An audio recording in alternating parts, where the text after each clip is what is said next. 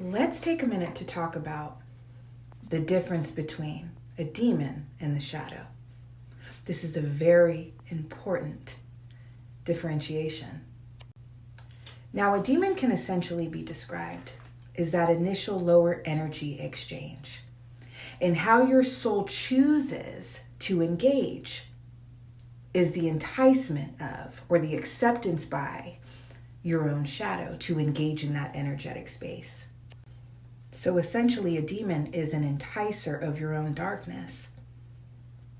It is an energy that is capable of pulling out or causing the release of what already exists within you relative to that dark, lower energetic space. A beautiful depiction of this dance is the yin and yang symbol. Truly look at it, my loves. Truly look at what that symbol means. The energies involved. The wave that darkness creates through light. When you understand that there is a part of you that is already dark, and you can understand that a demonic energy or demonic force is simply something that connects with and entices out that energy, we can start taking greater accountability for our own actions. And this is why, as a shadow worker, a teacher of light, a teacher of darkness, a walker in light, a walker in darkness, right? A honer of shadow. This is important to understand. This is so important to understand. This is why I have a problem with the dichotomous worldviews that are force-fed to the masses.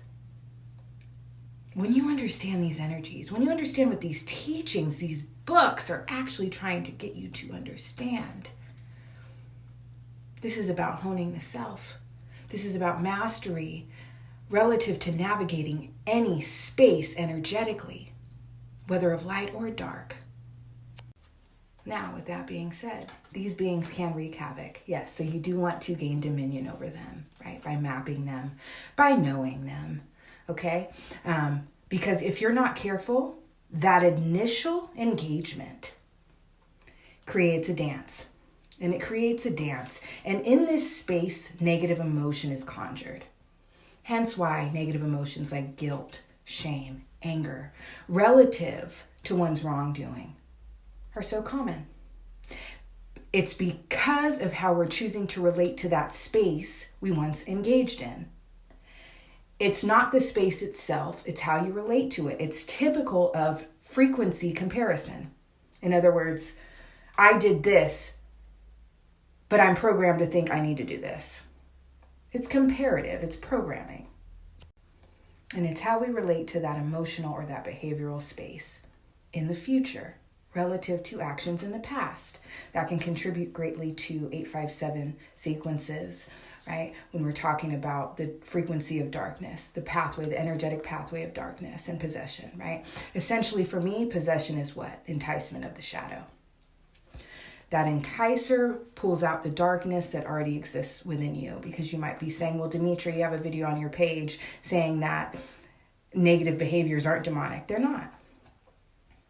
But that doesn't mean you haven't engaged with an energy that has pulled out an aspect of you that has caused you to be seven forward, right? More in higher resonance with darkness, in higher resonance to things that go on in that realm of reality, right? So it is you, fully you, but it's been enticed. As human beings, we are fully capable of exhibiting, of embodying every emotion on the spectrum, every behavior on the spectrum. Think about it. I want you to be really honest with yourself about things you say in moments of anger, things you think in moments of frustration. That's all you, baby, right? But there are certain energies around that you need to be mindful of. And energetic pathways you need to be mindful of so you can master those dark energies within you. Because when we talk about the enticement of the shadow, in this true meaning of possession, we're talking about mutual accountability at the end of the day. That's unpopular opinion, but it's my opinion, and I stand 10 toes down. We, as human beings, have a shadow.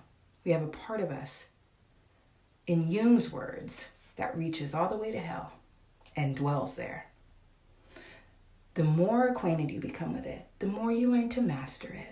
The more acquainted you become with any sort of demons that have gained access to you and your energetic field, and you learn them, and you map them, and you sever them.